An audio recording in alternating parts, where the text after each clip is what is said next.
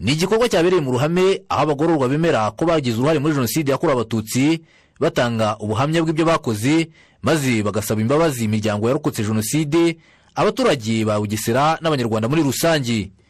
Bavandimwe, nshuti musabire nanjye rwose mbohoke byimazeyo, kuko icyana koze n'indengakamere muri jenoside yakorewe abatutsi. Basabye imbabazi ku mugaragaro bayobozi namwe baturage twari duturanye. Abarokotse jenoside yakorewe abatutsi basabwe imbabazi ntibazuyaje kuzitanga. Bavuga ko kumenya amakuru y'uburyo ababo bishwe ndetse abatarashyingurwa mu cyubahiro bigakorwa biruhura imitima y'abarokotse kandi bigatuma ubumwe n'ubwiyunge bugerwaho mu buryo buhamye. Nshimiye Imana kubera iyo ntambwe yateye, biruhura umutima nk'uko Nyagasani Yezu nawe yababariye bamugiriye nabi. Uyu rero ikimenyetso nakwereka nuko nkubwira ko umukobwa wawe turaturanye azajya guhamya naguhaye imbabazi mbikuye ku mutima, kandi Imana izakomeze kwemeza abantu iby'ibyaha kugira ngo twese iryo joro duharanira tuzaribanemo. Ikimenyetso naguhangiye kuguhobera umenye ko naguhaye imbabazi.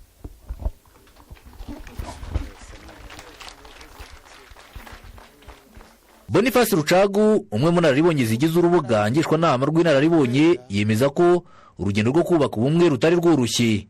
Bacitse ku icumu, turabashima.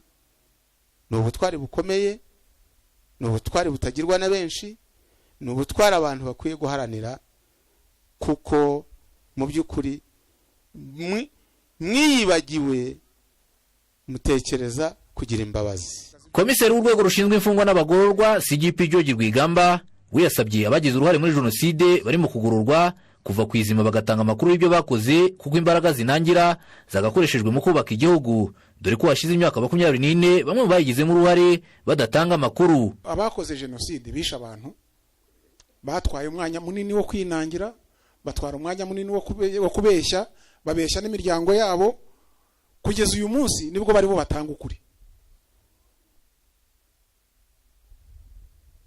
Imbaraga zakoreshejwe kugira ngo tube tugera kuri ibi, iyo ziza kuba zishyize hamwe n'imbaraga zashenye,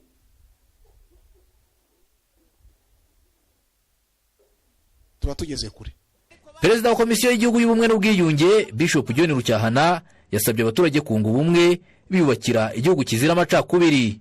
Abatubyaye murabona ibyo baturaze, umubabaro, gupfusha, gereza, abagore babuze abagabo, abana babuze base bafunzwe, aka kajagari k'umubabaro mu mitima yacu, ibyo ababyeyi baturaze, ndabasabye ibyo ntitukabiraga bacu.